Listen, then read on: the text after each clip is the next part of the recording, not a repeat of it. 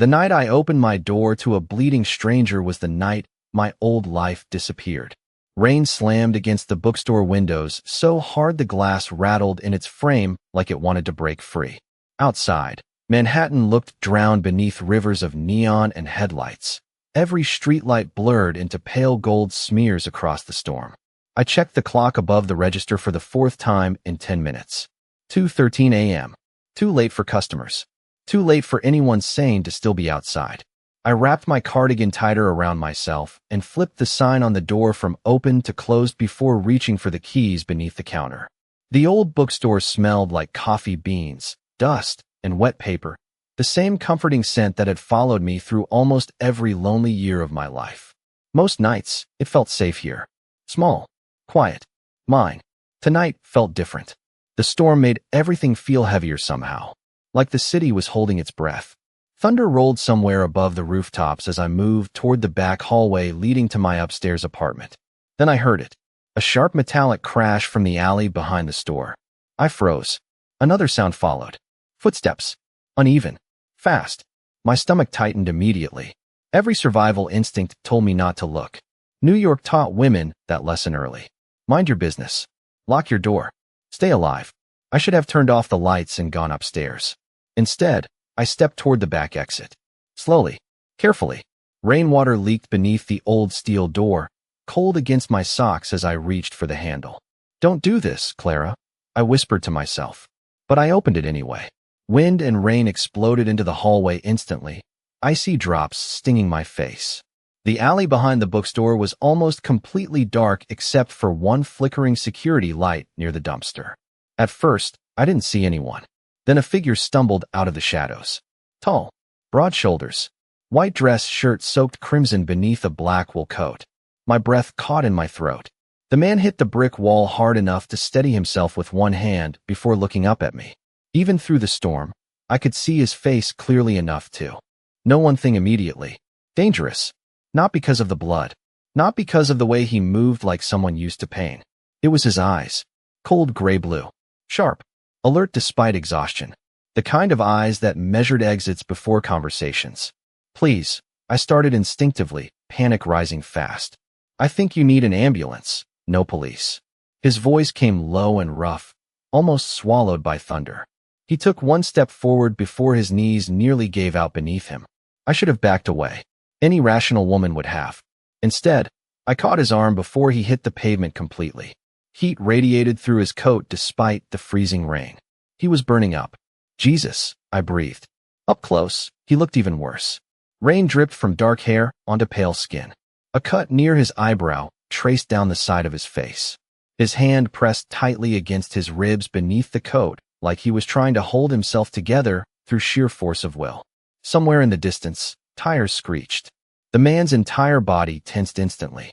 His head snapped toward the street entrance of the alley with terrifying focus. Predator instincts. Trained instincts. Fear moved through me slowly then. Not because he might hurt me. Because someone else might be hunting him. Headlights flashed briefly across the alley entrance.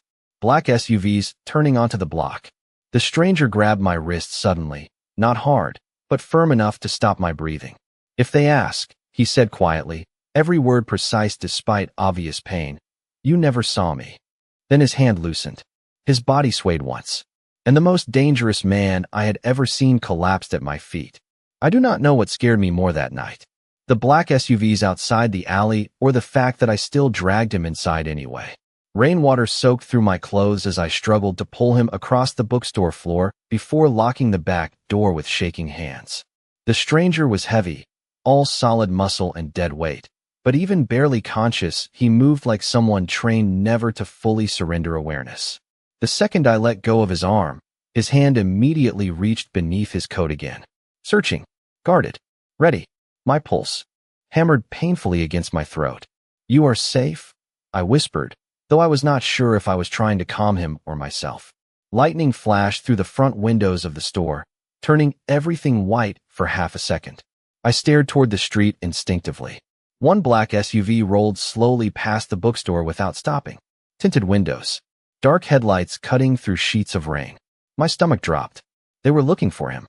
I swallowed hard and forced myself to focus. "Come on," I breathed. Please do not die on my floor. Somehow, I managed to get him upstairs to my tiny apartment above the shop. By the time we reached the couch, my arms burned and my lungs ached. He collapsed against the cushions with a low sound of pain before immediately trying to sit back up again. Stay down. I snapped before I could stop myself. To my surprise, he actually listened. Barely. His eyes tracked every corner of my apartment while rain tapped against the windows beside us. Small kitchen. Old hardwood floors. Stacks of books everywhere. Nothing expensive. Nothing worth stealing. But he studied the room like he expected danger anyway. I grabbed the first aid kit from beneath the sink and knelt beside him carefully. Up close, he looked worse under the apartment light. Pale skin. Rain dripping from dark hair onto his collarbone. Blood staining the white fabric wrapped tight against his ribs beneath the coat. This is going to hurt, I warned quietly. His expression did not change. Do it. The second I pulled the coat open, I sucked in a breath. Not because of the injury, because of what else I saw. A shoulder holster beneath the soaked fabric. Expensive watch. Tailored black suit. Scars along his hands that looked old and carefully hidden. This was not some random man caught in the wrong place. Every detail about him screamed money, power, violence wrapped in elegance.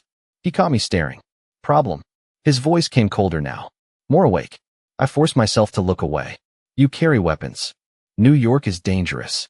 So are you. For the first time, something shifted in his expression. Not quite amusement. Something darker.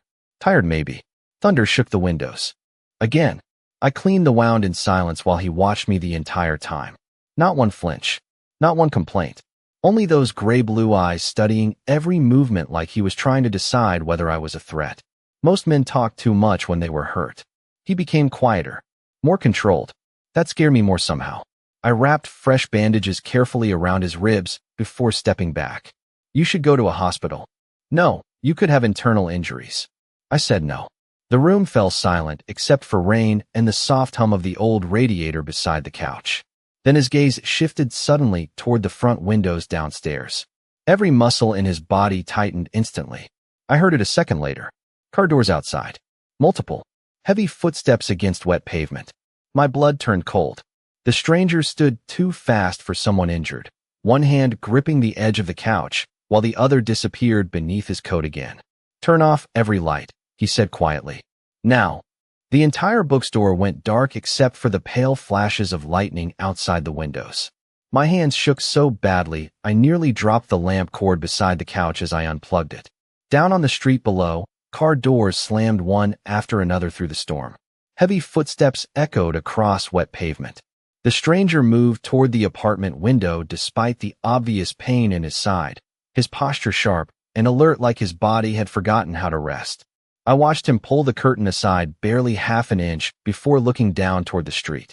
His expression changed instantly. Not fear. Worse. Calculation. How many exits does this building have? He asked quietly. Front door downstairs and the alley exit behind the kitchen. Roof access. Fire escape. He nodded once like he was memorizing survival options. Rain streaked down the windows behind him while distant thunder rolled over Manhattan again. I realized then that he was not panicking because dangerous men might find him. He was preparing for what happened if they did. My pulse hammered painfully against my ribs. Who are they? I whispered. He ignored the question completely.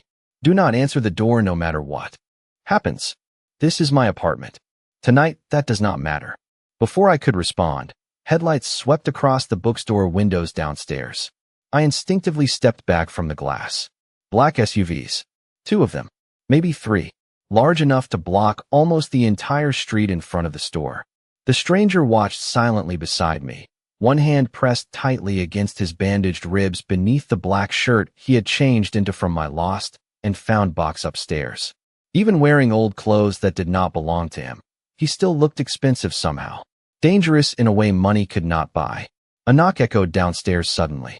3 sharp hits against the bookstore door. My breath caught instantly. Another knock followed. Slower this time.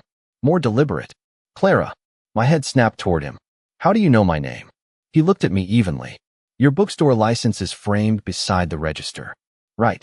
Of course. Still, hearing my name in his voice unsettled me more than it should have. The knocking downstairs came again. Louder now. Miss Whitmore. A male voice called through the storm. Sorry to bother you this late. We are looking for someone. Fear crawled slowly up my spine. The stranger stepped away from the window immediately and disappeared silently into the hallway shadows near the kitchen. Watching him move was surreal. Even injured, he barely made a sound. Controlled. Efficient. Like silence itself had become instinct. Do not tell them anything, he said quietly. I mean it. Then he vanished into darkness completely. Another knock rattled the front door downstairs. Miss Whitmore. I swallowed hard before forcing myself toward the staircase. Every step creaked beneath my socks as rain hammered against the building outside. I stopped halfway down, staring through the narrow glass panel beside the bookstore entrance. Two men stood outside beneath black umbrellas. Tall, dark coats. One had an earpiece visible beneath neatly trimmed hair. Security, maybe. Or something worse, pretending to be security. The taller one offered a polite smile when he noticed movement inside. Sorry for the inconvenience, ma'am, he said through the glass. We are trying to locate a man injured nearby tonight. My mouth went dry instantly. I have been closed for over an hour, I answered carefully. I have not seen anyone. The man studied me for a second too long. His smile never changed. Are you alone in there? Every instinct screamed at me not to answer. Upstairs, silence filled the apartment completely. No movement. No sound. Like the stranger had disappeared into the walls themselves. I forced myself to nod. Yes. Lightning flashed again outside. For half a second, the taller man's expression lost its warmth completely. Cold. Empty. Predatory. Then the smile returned. If you do happen to see anything unusual tonight, Miss Whitmore, call this number immediately. He slid a black business card through the mail slot beneath the door. Thick cardstock.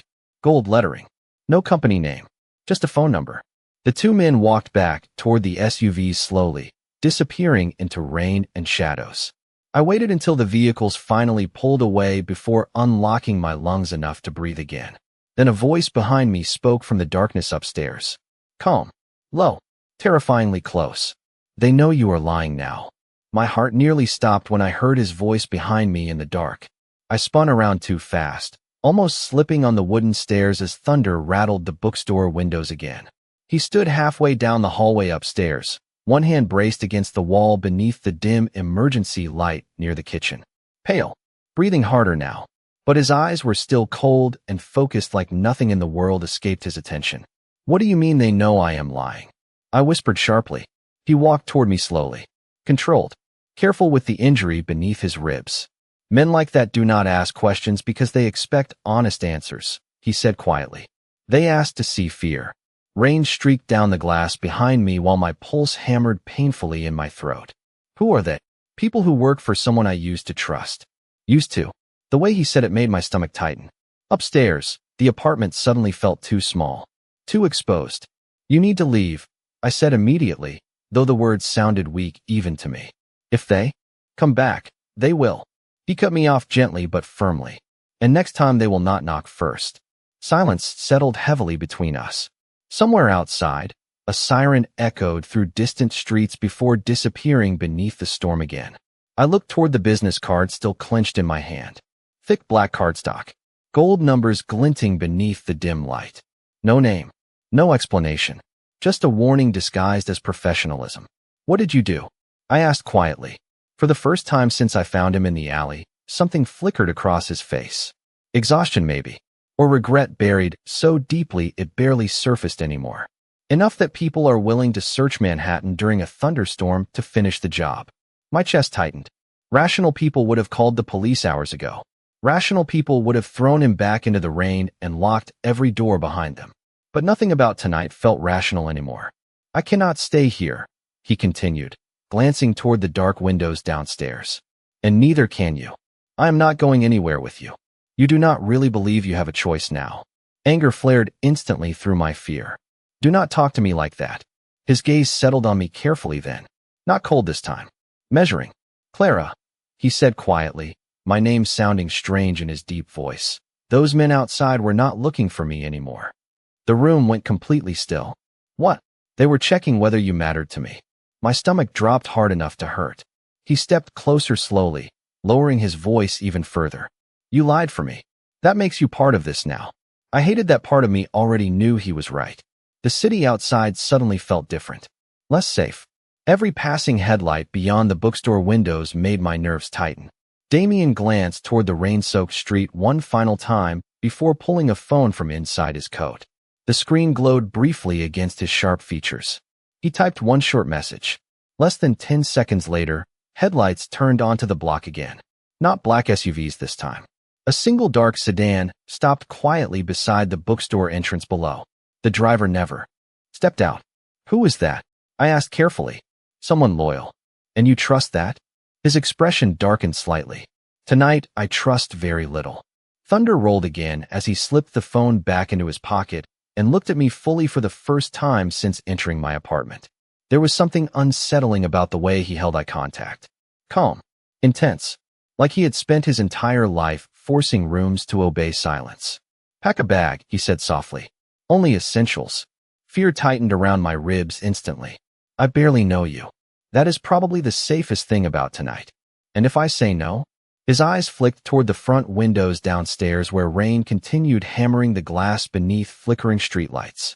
Then by morning, he said quietly, the people hunting me will know exactly where to find you.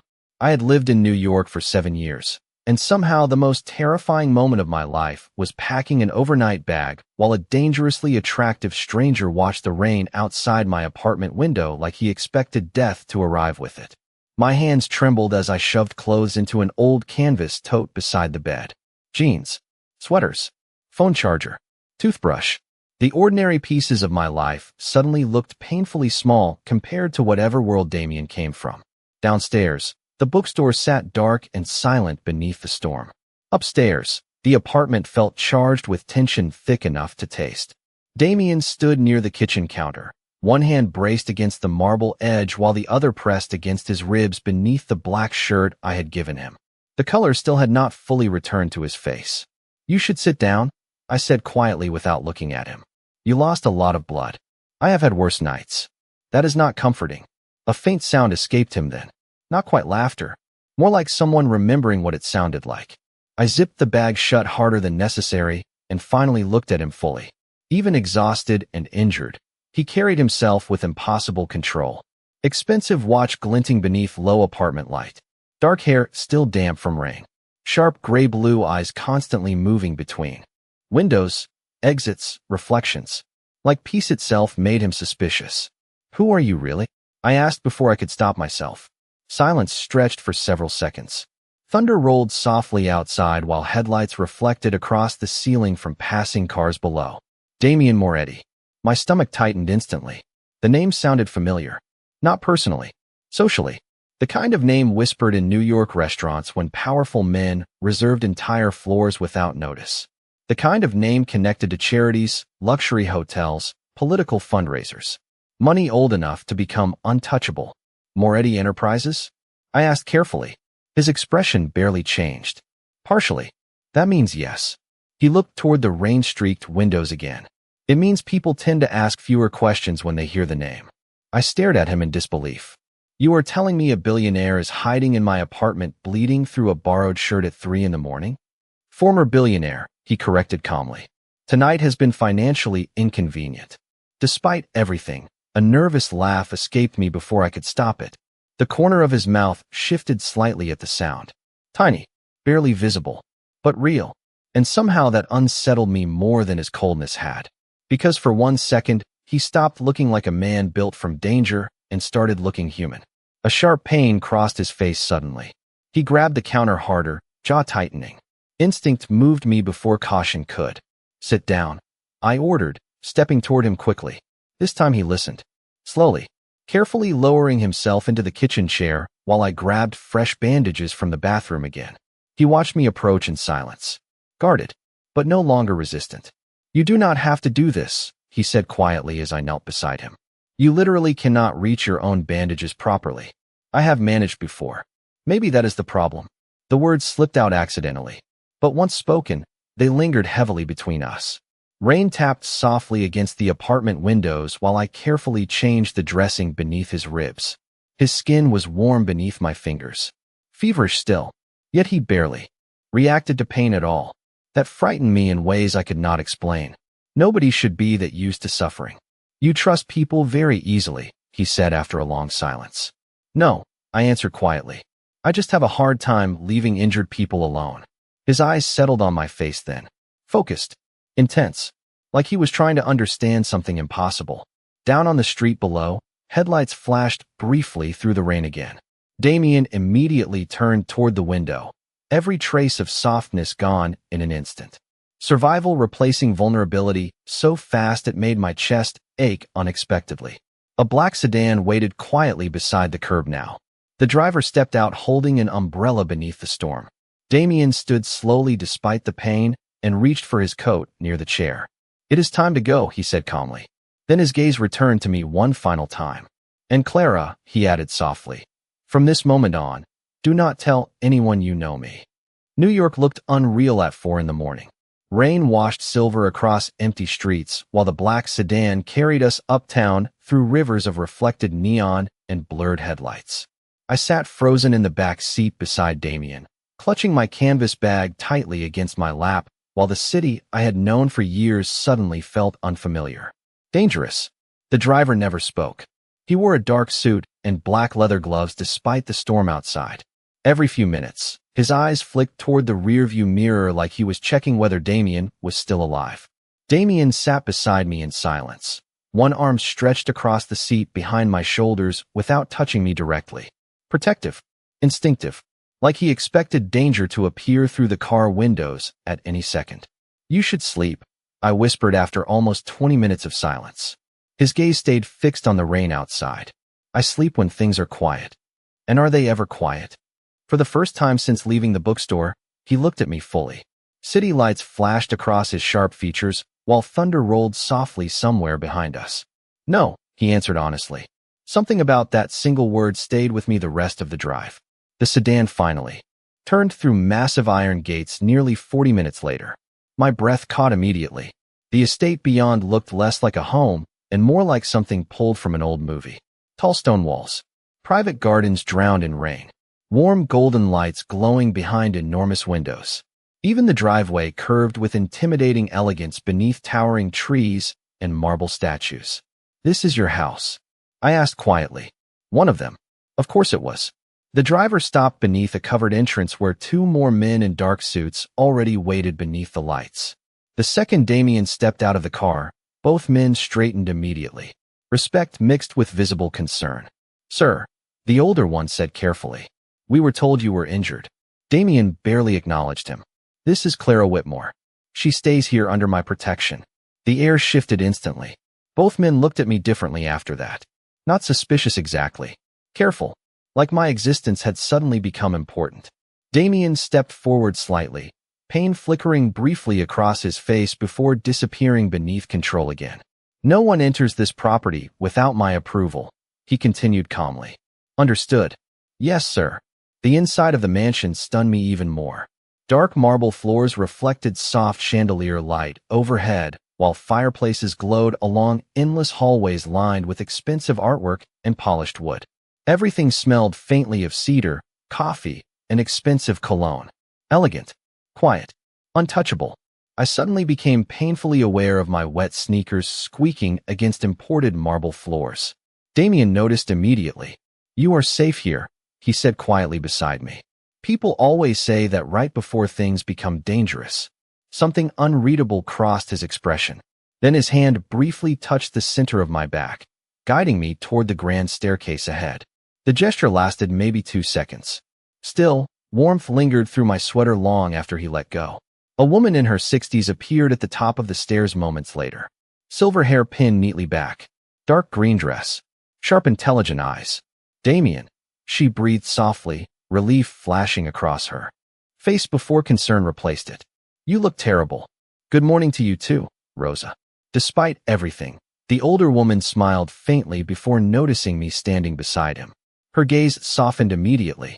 And who is this? Clara Whitmore. Damien answered before I could speak. She helped me tonight. Rosa looked between us carefully like she already understood far more than I did. Then anyone who helped you is family in this house, she said warmly. Family. The word hit strangely hard considering I barely knew the man standing beside me. Rosa led me upstairs toward a guest suite larger than my entire apartment above the bookstore. Soft cream walls, floor-to-ceiling windows overlooking rain-soaked gardens. A bed big enough to fit 5 people comfortably. I stopped just inside the doorway, overwhelmed. This is insane, I whispered to myself. Behind me, Damien leaned one shoulder against the hallway wall, exhaustion finally visible beneath the control he wore like armor. Get some rest, he said quietly. Tomorrow will be complicated. I turned toward him slowly. Damien. His gray-blue eyes lifted to mine immediately. Those men tonight, I asked carefully. Were they trying to kill you?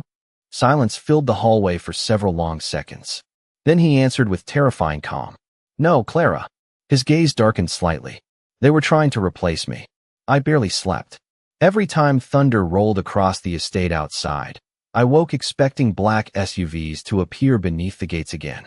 Morning arrived slowly through enormous bedroom windows overlooking rain-soaked gardens and marble fountains that probably cost more than my bookstore made in 5 years. For a few seconds after opening my eyes, I almost convinced myself none of this was real. Then I noticed the security camera mounted discreetly above the hallway outside my room and remembered exactly where I was. The Moretti estate moved with eerie quietness for a place so massive. Men in tailored suits stood near staircases pretending not to watch everything. Staff members lowered their voices when Damien entered rooms. Even the air felt controlled somehow. Careful. By noon, the storm outside had softened into steady rain tapping gently against the windows lining the dining room where Rosa insisted I eat something. I sat at a table long enough for 20 people while staring down at coffee I could barely taste. You look frightened, Rosa said softly from across the table. That obvious? Only to someone who has spent many years around fear. Her expression carried warmth, but something sad lived underneath it too. Like she had watched this house survive too many dangerous seasons already. I glanced toward the doorway instinctively. Does Damien always live like this? Rosa followed my gaze carefully. Always watching, always expecting betrayal. She stirred cream slowly into her tea before answering. Damien was raised to believe weakness gets people buried. The casualness of the statement sent a chill through me despite the fireplace warmth. Before I could respond, footsteps echoed across the marble hallway outside. The entire atmosphere shifted instantly. Staff straightened subtly. Security guards became more alert. Damien entered the room wearing a charcoal suit that looked painfully expensive against the fresh white bandage barely visible beneath his collar. Somehow he looked even more intimidating, fully composed than he had bleeding in my apartment. Controlled, sharp, untouchable. His gray-blue eyes found me immediately. Did you sleep? He asked quietly while loosening the cufflinks at his wrists. Not really. Good. I blinked. Good. It means your instincts still work. Rosa sighed softly into her tea like she had heard conversations like this for years. Damien stepped toward the table and placed a black folder beside my untouched coffee cup. What is this? Everything they already know about you. My stomach tightened instantly as I opened it. Photos. My bookstore. My apartment building. My driver's license picture. Work history. Cell phone records. Even grainy security images from the coffee shop near my store. Jesus Christ. My hands started shaking again. How did they get all this? Money buys information quickly. Damien watched my reaction carefully while rain streaked down the windows behind him. The men looking for me discovered you. Exists 6 hours ago. This was assembled in less than 4. I stared at the photographs in horror. My entire life reduced to pages in a folder. Why are they doing this? Damien remained silent for several seconds too long. Then finally, because somebody close to me ordered it. The room fell quiet except for rain and the distant crackle of the fireplace. Someone inside your organization? I asked carefully. He nodded once. Someone who believes removing me would make them powerful. And they think hurting me gets to you? For the first time since meeting him, Damien looked genuinely angry. Not loud. Not explosive. Worse. Cold enough to freeze the entire room. They are trying to discover whether you matter to me. Heat rose unexpectedly into my face at the words. And do I? The question escaped before I could stop it. Silence settled heavily between us. Damien stepped closer slowly until I could smell expensive cologne mixed faintly with rain and cedar from the hallway outside. His voice lowered when he answered. You sheltered a wounded man everyone else would have abandoned. His gaze locked onto mine completely. That makes you dangerous to me already.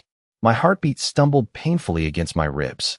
Before I could respond, one of the security men appeared suddenly in the doorway, tense enough that even I noticed immediately. Sir, he said carefully, we found out who leaked your location last night. Damien did not look away from me when he answered. Who? The guard hesitated. Your cousin, Vincent Moretti. The temperature in the room seemed to drop instantly. Damien finally looked toward the doorway then, his entire expression turning unreadable. But I saw it, just for 1 second. Hurt hidden beneath the control. And somehow that frightened me more than anything else since this nightmare began. I learned something terrifying about powerful men that week. The truly dangerous ones never raised their voices. Damien became quieter after discovering Vincent betrayed him. Colder too. The entire estate shifted around his silence like everyone inside already understood what it meant. By evening, rain had finally stopped over Manhattan, leaving the city, wrapped in gray fog and wet streets reflecting pale winter light. I stood alone beside the massive library windows watching security vehicles move slowly beyond the gates outside. Every few minutes, another black car entered the property. More guards, more tension. This house no longer felt elegant. It felt prepared for war. I heard Damien before I saw him. Not footsteps. Stillness. The room somehow changed the second he entered behind me. Rosa says you have not eaten, he said quietly. I turned from the window slowly. He had changed into another dark suit, perfectly tailored despite the bandage still hidden beneath his shirt. There was no trace left of the bleeding man who collapsed in my alley days ago. Only power remained now. I was not hungry. His eyes studied me carefully. You are afraid. Should I not be? Silence lingered between us while evening shadows stretched across shelves filled with books older than my country. Damien walked toward the fireplace slowly, one hand adjusting the expensive watch at his wrist. Vincent grew up with me, he said suddenly. My uncle died when we were teenagers. My father brought him into this house afterward. I listened quietly, surprised he was speaking at all. He used to follow me everywhere, Damien continued, staring into the fire. When we were boys, he wanted to wear my suits, drive my cars, learn how to command a room the way I did. Something dark flickered across his face briefly. Power changes people when they spend too long standing near it without touching it themselves. I looked down at my hands. And now he wants your life. No, Damien lifted his gaze toward me slowly. He wants my throne. The words should have sounded dramatic. Instead, they sounded honest. Matter of fact. Like he had accepted long ago that his world did not operate by normal rules anymore. Outside, headlights swept briefly across the library windows. Damien checked his watch immediately. Instinctive. Controlled. There is a meeting tonight, he said calmly. Vincent requested it personally. Fear tightened in my chest again. And you are going? I do not hide from traitors. Damien, Clara. My name in his voice stopped me. Instantly. He stepped closer, the firelight catching sharp angles across his face while shadows darkened his gray-blue eyes. Men like Vincent mistake kindness for weakness. If I disappear now, every person connected to me becomes vulnerable. His gaze lowered slightly. Including you. The room suddenly felt smaller around us. Warmer too. I hated how much I noticed details around him now. The exhaustion hidden beneath his posture. The way pain occasionally tightened near his ribs when he moved too quickly. The fact that despite everything terrifying about him, he still thanked staff members quietly when they handed him coffee. You keep protecting everyone except yourself? I whispered before thinking. Something shifted in his expression then. Small. Almost invisible. But real. That is because I learned very young that nobody else would. The honesty in his voice hit harder than anger ever could have. For one dangerous second, I stopped seeing the feared man everyone whispered about and saw someone profoundly alone instead. My chest tightened unexpectedly. Damien looked away first. You should stay in your room tonight, he said quietly, returning to control like a door slamming shut. The estate will be locked down while I am gone. And if something happens? His eyes returned to mine immediately. Steady. Intense. Then Marco will get you out through the east tunnel beneath the gardens. I stared at him in shock. There is a tunnel under this house. There are several. Of course there were. Before I could respond, one of the guards appeared outside the library doorway. Sir, he said carefully, the cars are ready. Damien nodded once before reaching for the black overcoat draped across a nearby chair. He moved toward the door without hesitation, every inch of him becoming untouchable again. Mafia Boss. Leader. Weapon wrapped in elegance. Then he stopped beside me unexpectedly, close enough that I caught the scent of cedar and rain lingering faintly against his coat. Clara, he said softly, if I do not return by morning, you leave New York immediately. My heartbeat stumbled painfully. Do not say that. His gaze held mine for one long second. I spent my whole life teaching people to fear me, he whispered. You are the first person who ever made me regret that. Then he walked away before I could answer. By sunrise, the entire estate felt like it had stopped breathing. Nobody spoke above a whisper. Security guards moved through hallways with sharp, controlled urgency, while black sedans came and went beyond the gates outside. I sat alone in the library wrapped in one of Rose's cashmere blankets, staring at untouched coffee growing cold beside me while rain clouds drifted slowly over Manhattan beyond the windows. Damien had been gone for almost 9 hours. Every minute stretched painfully longer than the last. I told myself I was only worried because dangerous people were hunting him. That was all. But sometime around dawn, I realized the truth was worse.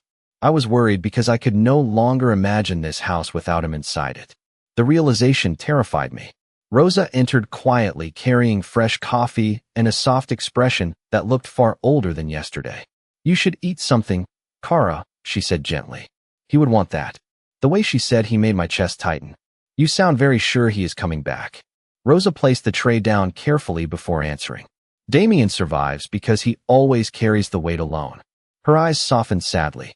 But lonely men eventually become tired. Before I could respond, sudden movement erupted outside the front entrance below. Engines, doors, voices. My heart nearly stopped. I rushed toward the massive library windows just as black sedans rolled through the gates beneath the pale gray morning sky. Security guards straightened instantly along the driveway. One car door opened slowly. Damien stepped out. Relief hit me so hard my knees nearly gave out beneath me. He looked exhausted, pale, but alive. The second he entered the mansion downstairs, the atmosphere shifted completely. Staff relaxed visibly. Guards lowered shoulders they probably had not unclenched all night. Power had returned home. I barely made it halfway down the staircase before he looked up and saw me standing there. For one suspended moment, everything else disappeared. No guards, no mansion, no danger. Just those gray-blue eyes locking onto mine with something so raw beneath the exhaustion that it stole my breath completely. He climbed the stairs slowly because of his injuries, but he never looked away from me once. You are supposed to be resting, he said quietly when he reached the top. You are supposed to stop disappearing into dangerous meetings. The corner of his mouth shifted faintly despite obvious exhaustion. Fair. Up close, I noticed fresh bruising near his jaw and fatigue darkening beneath his eyes. My chest ached unexpectedly at the sight. What happened? I asked softly. Damien glanced briefly toward the guards downstairs before lowering his voice. Vincent underestimated how many people still remember who built this family. Meaning he no longer controls anything. The calmness in his voice carried finality sharp enough that I did not ask further questions. Silence settled between us while soft morning light spilled across marble floors and chandelier glass around us. Then Damien did something that completely shattered every wall I had built around him. He reached for my hand carefully, slowly, like he was giving me time to pull away if I wanted to. I did not. His fingers wrapped around mine with surprising gentleness for a man capable of terrifying entire rooms without raising his voice. You should never have become part of this world, he said quietly. I tried very hard not to let that happen. And yet here I am. A tired breath escaped him that almost sounded like surrender. Here you are. We stood there for several seconds without speaking while the mansion slowly woke around us. For the first time since meeting him, Damien looked less like a feared man built from power and more like someone profoundly exhausted from carrying it alone. What happens now? I whispered. His thumb brushed once lightly against my knuckles before he answered. Now I make sure nobody ever threatens you again. The words should have sounded possessive. Dangerous even. Instead, they sounded like a promise made by a man who had forgotten how to love safely. Somewhere outside, rain finally began again against the estate windows. Soft this time. Gentle. Damien looked toward the storm briefly before returning his gaze to me. You gave shelter to the wrong man that night, Clara. His voice lowered slightly. Warmer now. Human. And somehow, he admitted quietly, he stopped wanting to leave.